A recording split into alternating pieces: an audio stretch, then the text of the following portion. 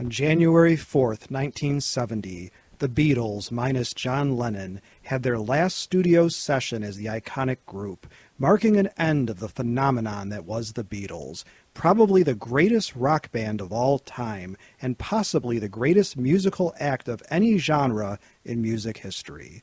That sad but sweet last session saw the three Mop Tops overdub and polish Paul McCartney's Let It Be, a song that would go on to have the highest debut on Billboard and then reach #1 in the U.S.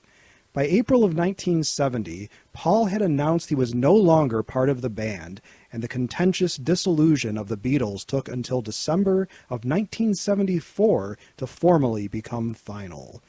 Beatlemaniacs were torn between taking the side of Paul and approving of him leaving the band and the remaining members, notably John Lennon, arguing to this day as to why the band disbanded and who, if anyone, was at fault. The Beatles made music history, selling the most records, having the greatest Billboard chart success with 20 #1 hits, pulling in 7 Grammys, and an Academy Award for the score of the 1970 film Let It Be.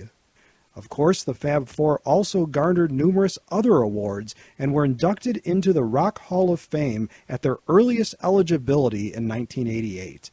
Not surprisingly, each band member was individually inducted into the hall in due time.